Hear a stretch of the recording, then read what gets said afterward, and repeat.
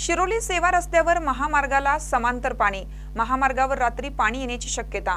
कोल्हापूर जिल्ह्यात सध्या मुसळधार पडत असलेल्या पावसामुळे पंचगंगा नदीने धोक्याची पातळी ओलांडली आहे। राधानगरी धरण 100% भरले असून 5 स्वयंचलित दरवाजांमधून 10,000 पेक्षा जास्त प्रमाणात पाण्याचा विसर्ग सुरू आहे। तसेच कोयना व चांदोली धरणांमधूनही मोठ्या प्रमाणात विसर्ग सुरू करण्यात आलाय। पंचगंगेची पाणी पातळी जवळपास 47.5 फुटावर पोहोचली आहे। त्यामुळे पुलाची शिरोली येथील सांगली फाटा सेवा रस्त्याच्या दोन्ही बाजूला महामार्गाला समांतर पाणी आले आहे। नमस्कार, मी विद्याधर कांबळे, दैनिक महानकारी। आज आपण या ठिकाणी पाहतोय की पुलाची शिरोली येथे सांगली फाटा नजीक पुणे बेंगलोर राष्ट्रीय महामार्गावर पाण्याची पातळी या ठिकाणी हायवेला समांतर अशी आलेली आहे।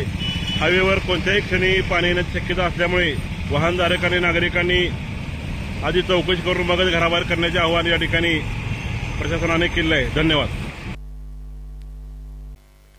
ताज्या बातम्यांसाठी महानकरीला सबस्क्राइब करा आणि बेल आयकॉनला क्लिक करा।